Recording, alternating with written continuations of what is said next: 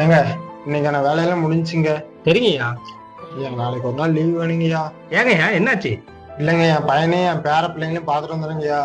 அப்படிங்களா? ஒரு நாள் என்ன ஒரு வாரம் கூட இருந்துட்டு வாங்க. ஐயா அப்படியே என் பையனுக்கு ஒரு ஃபோன் மட்டும் பண்ணி கொடுங்கய்யா. அன்னோன் நம்பரா இருக்கு. ஆர்த்தி, இது யாருன்னு கேளு. ஹலோ, ஹலோ யாரு? மா நான் தான் மாமா பேசுறேம்மா.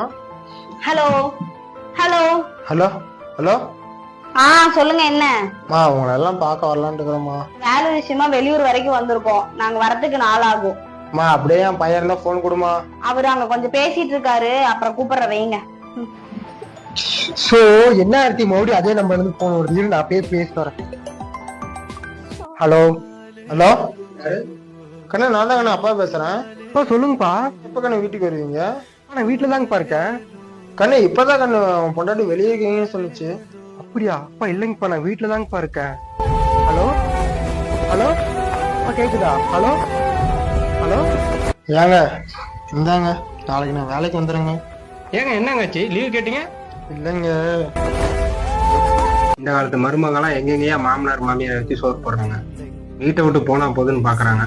அதுக்கு தாங்க ஒரு துணை வேணும். துணை இருந்தா இந்த மாதிரி உங்களுக்கு இந்த நிலைமை காயங்கள் கண்டு பின்பு உன்னை கண்டே